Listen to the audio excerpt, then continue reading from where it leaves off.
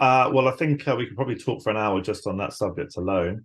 I mean, ChatGPT has obviously really heightened everyone's attention on AI again.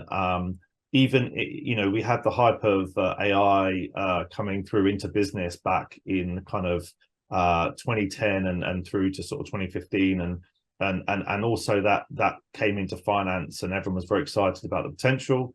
And then it slightly got overshadowed by crypto, but ChatGPT has now really put it back into the limelight, and I think it's a very exciting chapter in the kind of AI and machine learning sphere, and something that we could see coming, but now starting to see in fruition.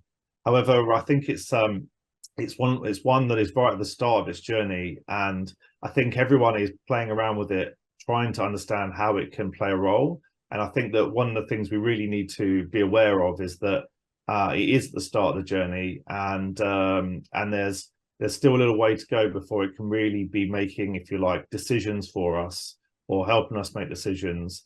I think at the moment, from a finance perspective, there are definitely certain ways in which it can make us more efficient, perhaps in research and perhaps in what we develop, but certainly not in investment decision making.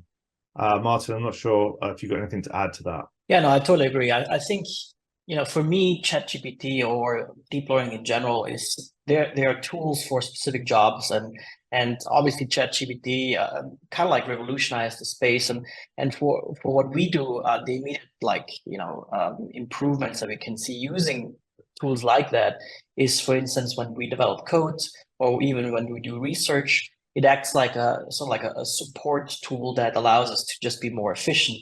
I don't think at this point that it will replace any developers or researchers, simply because it lacks the ability to, put a lot of things into context, especially when you have sophisticated trading systems like we do.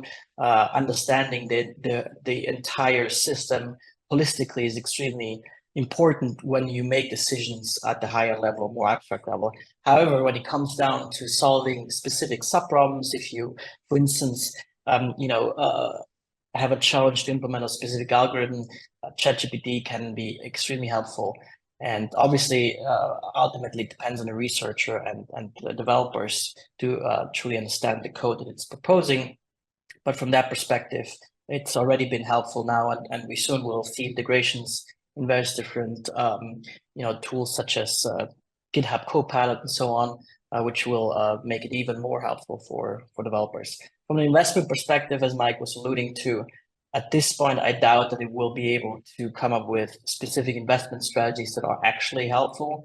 And also, it can be a quite risky and dangerous thing in that regard, because as an investor, the most important thing is probably understanding the underlying instruments and the associated risks that a certain investment or portfolio brings along with it.